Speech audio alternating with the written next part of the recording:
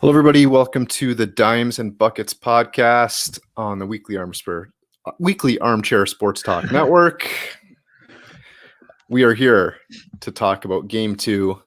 Phoenix taking a 2-0 lead in this series, joined again by Greg. Greg, how you doing, pal?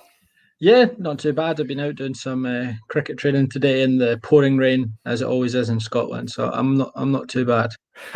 Sounds like a good time. It's actually belting down rain. It's supposed to be raining here Yeah, now for a few days, so it's a good days. chance. Yeah, it's like a week of rain here, so it's a good chance just to bunker in and watch basketball for sure. Fair Watch enough. the finals. So Yeah, unless you're a Bucks fan, then it's probably not worth watching. yeah, that's it. Yeah, absolutely. We will get into the game, of course, but before we do that, please make sure to like and share the video, guys, if you like the content. And don't forget to subscribe to the Weekly Armchair Sports Talk channel. Lots of good things coming up on the channel, guys. It is a sports channel, so very diverse, depending on what your sports taste is. Lots of good things coming. Make sure you subscribe, hit the notification bell so you know when we go live. But yeah, let's get into it. Greg. So Game 2, we talked about Game 1 and some of the things that took place in that game and some of the things that the Bucks needed to improve upon when playing the Suns, and it just didn't come off, did it? It just didn't come off for the Bucks. No, they were. To be fair, they were probably worse than they were in Game 1. The Suns were playing like a team that are in an NBA finals, and the Bucks are playing like a team that it's like it's a regular season game. The way they're playing, there's no hustle, there's no drive, so many second chance points given up to the Suns, just because, just there's no hustle or anything from any of the Bucks players apart from Giannis. So I got that one call right. I said Giannis would put up a 40-point game, and he did. Yeah, you did. You called that. Yeah. Which I thought he would. He was really good last night. He was showing why he was two-time MVP. He was putting up the way he was defensively as well. Was like defensive player of the year type plays, and just the way he was so good. And then every time he was out the game, they just struggled. There was no one there to create anything. It's pretty of an issue if Giannis has been your lead creator, but that's what he looked like at points last night. And they lacked absolutely everything. I saw a stat earlier on that the Milwaukee Bucks it's the least passes in an NBA Finals of all time. So it shows how much they're just sort of trying to do ISO ball and just try to take an easy, like try to get a three or a pick and roll or anything like that. But they're not moving the ball enough. Milwaukee, it's slow, it's lethargic. There's just nothing. There's nothing there that shows that they're in an NBA Finals. And the Suns have found these two games very easy.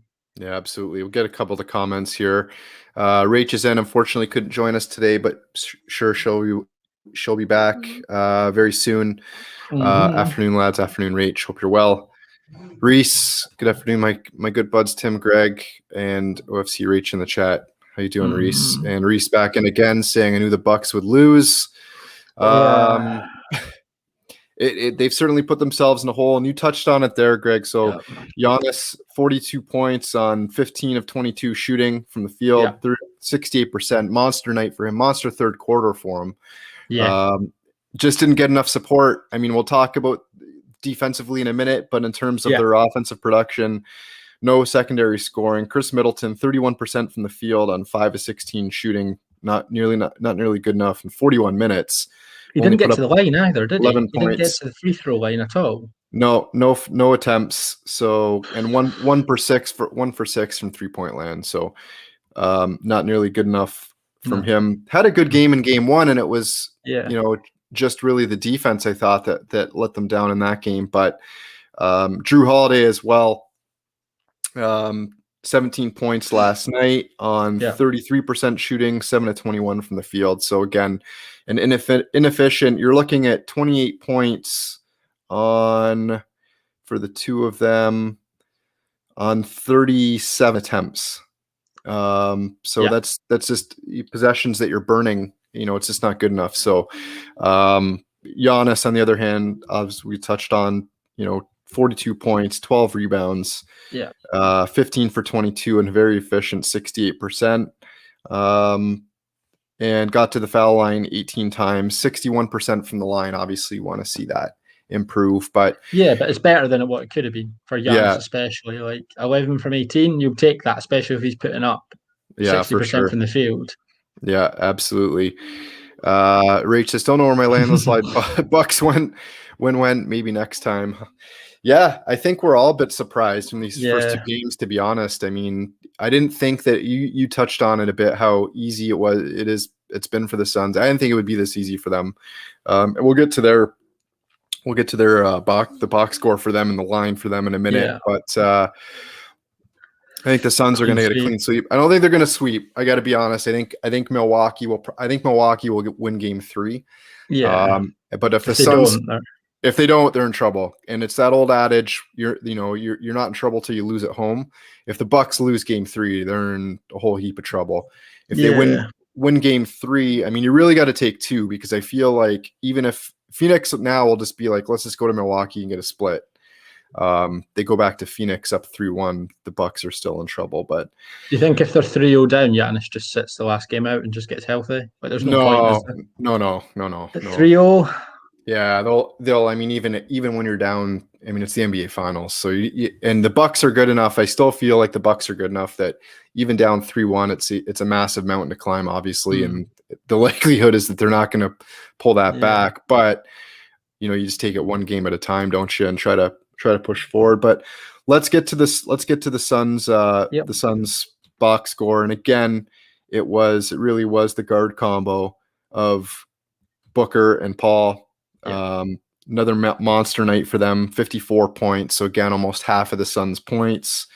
Uh, DeAndre Ayton doing DeAndre Ayton things with 10 and 11. And then, of course, we have to touch on Mikal Bridges, 27 yeah, points, 7 rebounds. Monster night for him. 8 of yeah, 15 shooting, 53 points. On 53% shooting. I mean, you look at it and you know what you're going to get from Booker and Paul. yeah, But if you're the Bucks, there's no way that you can let in 37 minutes that you can let Bridges go for 27. I mean, that just can't happen. And then, of course, Jay Crowder double. So you got Jay Crowder, yeah, another good night for him, even better than Game 1. I thought he was better in Game 2. 11 points on 10 rebounds. I mean, what's happened to the Bucks defense over these last 2 games? You're talking about a team that had the second best defensive rating yeah, in the playoffs. These top 2 teams playing in this series, and the Bucks they've given up the Suns 13 points over their playoff average here. It just seems like defensive intensity. They just seem to have no answers for the high screen and roll. It was the point guards the Booker and Chris Paul that were killing them with the mid-range game in the first game. yeah, And now this game, same thing, that high screen and roll, and they're just eating the Bucks up with it. And they did it from everywhere this game. I mean, it was pick and pop, when it was Booker, coming off the screen for threes. They just seem to have no answers for that whatsoever.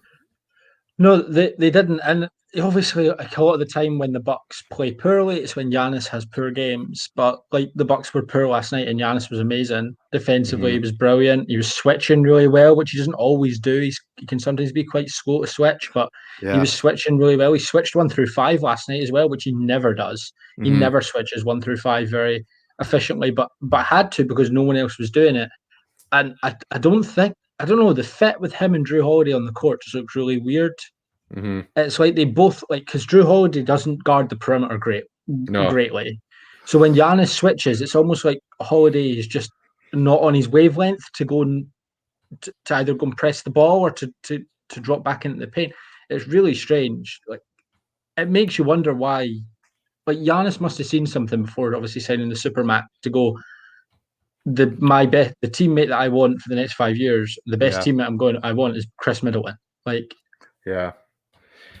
I just, there's not enough help there for Giannis, and the Bucks really need to improve, because I know it's great that Giannis signed the Supermax and everything like that, but it's still Mm-hmm. a player dominant league. If Giannis wants out in 2 years' time, he's going to get out.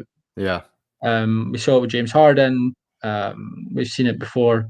as well. We saw it with Anthony Davis. Obviously, that was slightly different with his contract running down, but it's still it's a players' league, and if the Bucks don't improve and don't really get Giannis help, they're going to lose out on a generational talent in his prime because he's going to walk away from Milwaukee. Because money's not important to him; it's winning. He wants to be on a winning team, and I don't think the Bucks right now, with what they've got, certainly the way they're playing, it's just like their attitude is just not like they're in an NBA final. It's like it looks like every time one of the Suns players gets the ball, they know exactly what they're going to do. They're in an NBA finals. Every big shot's going down, it seems. But it's like everyone through from Devin Booker, like you said, all the way down to even Jay Crowder. Like I saw another stat that when Jay Crowder gets over 10 points, the Suns haven't lost a game.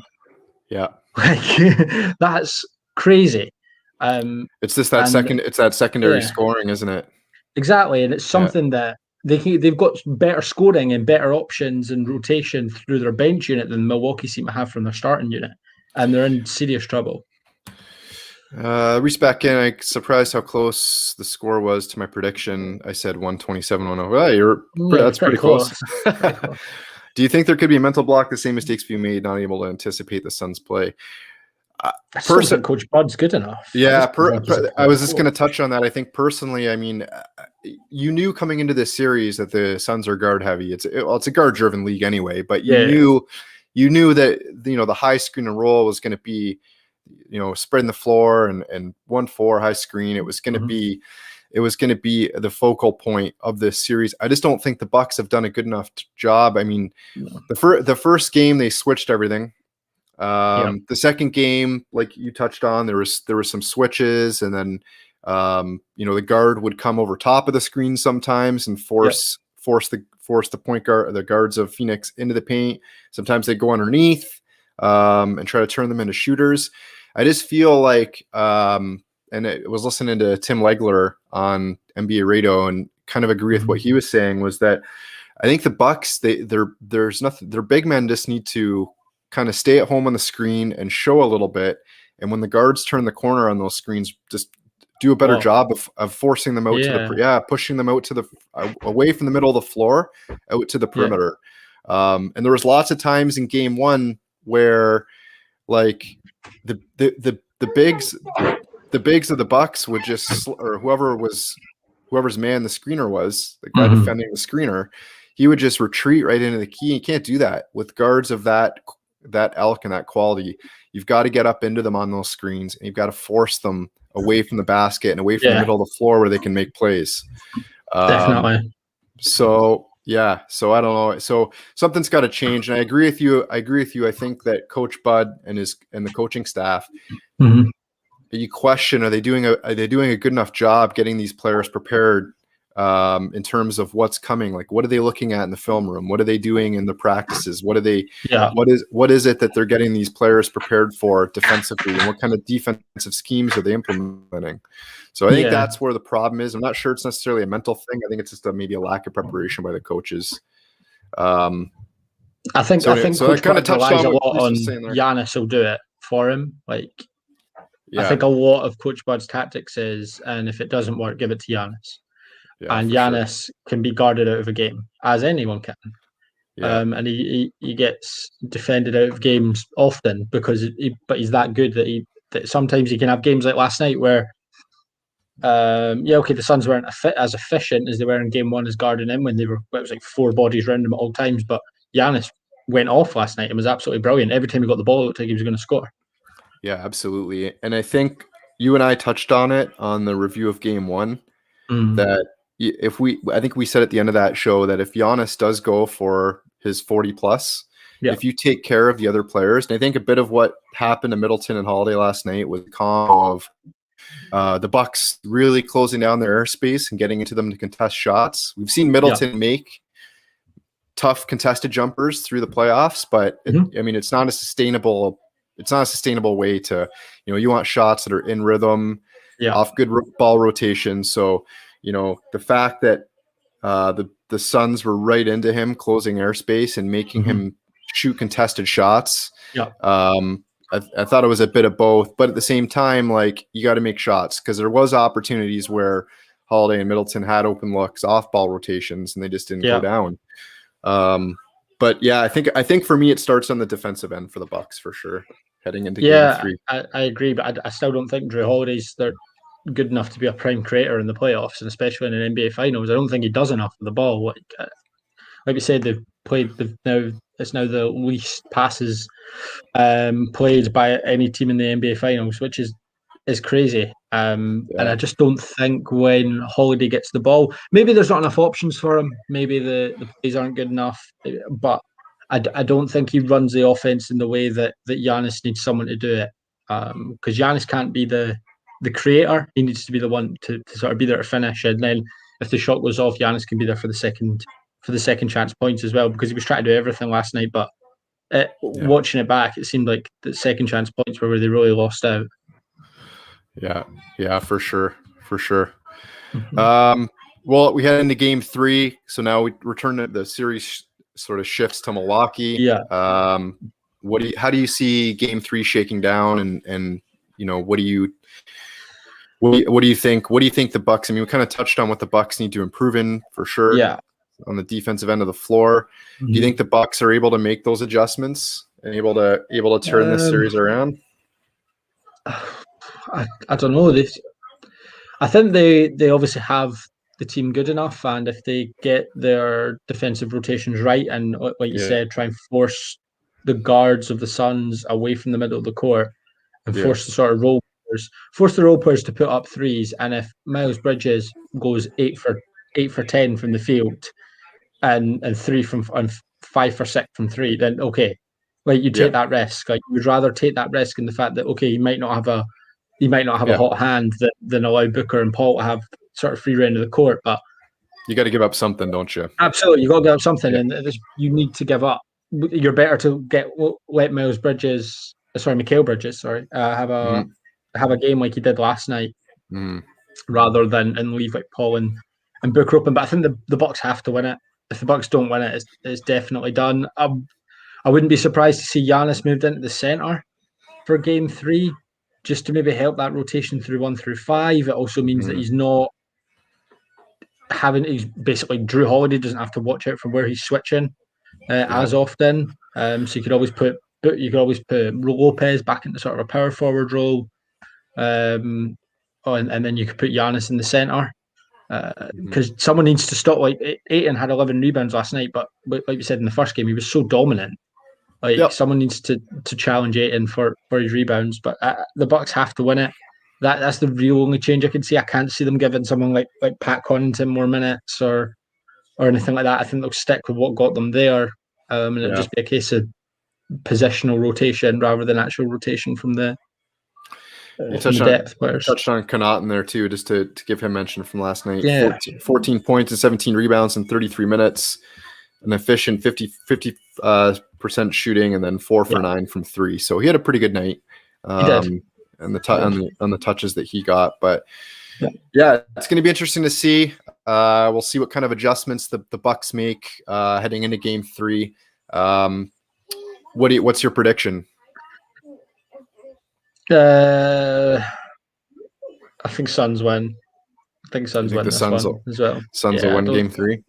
I don't think Budenholzer's good enough to coach a team to win the NBA Finals, and I think the way the Suns are playing, they've got so many options, and their momentum's going to be all the way up there. Even the role players are getting involved now; they're scoring big points. Everyone seems to be pointing that the Suns are going to do it. And I saw a thing earlier on. Do you think if Chris Paul, obviously we know Chris Paul in terms of he's a legendary, he's maybe not a first ballot Hall of Famer, but you never know, and he's certainly going to be a Hall of Famer. Do you think this sort of puts him in the top 3 point guards of all time?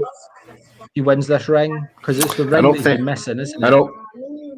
Because I saw Steph, I'm not Magic, and then him.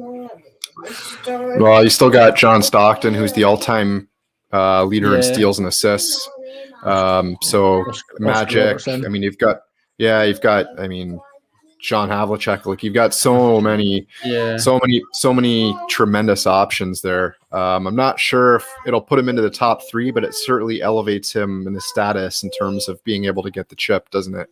Makes him a first ballot Hall of Famer, I think. Yeah. Yeah, I think it puts him on that level. I mean, I know. I think Chris Paul sometimes he's a divisive character for people, but I would like to see him get a ring. I think with you, I know you're not necessarily a big fan, but I like the way he plays. I'm a fan of the way he plays. Yeah. I think he's a great player. So, and you like to see great players get rings the same way. I mean, I'm a Raptors fan in the same way I wanted to see Kyle Lowry get a ring. Yeah. I'm sure for people who like Chris Paul and are fans of Chris Paul, they'd love to see him get it. But not there yet. Still got five games left in the series. The Bucks in a bit of a hole. They've got to put them find a way to somehow get them back into it. Yeah. I'm gonna say that Milwaukee wins Game 3. Nice. More hopeful maybe than than something else, but they got to sort out defensively what's going on with the guard combo of the Suns. If that doesn't happen, they're going to be in a lot of trouble. But I'm going to say the Bucks win Game 3, take the series to 2-1, and that sets us up for a very tasty Game 4. So definitely, I like that. Let's hope it goes all the way to 7, and let's give us a good NBA Finals. Again, guys, it's another short review of the NBA Finals games. We will be back with hopefully another episode this weekend, full-length show. We appreciate all the support we've got so far. Don't forget to like and share the video, subscribe, hit the notification bell. We've got good things coming up on the channel. Lots of cool interviews coming up. Sports coverage is expanding as we get more and more sports podcasts and shows going. So, so jump on board. Good things coming, and we will see you guys soon.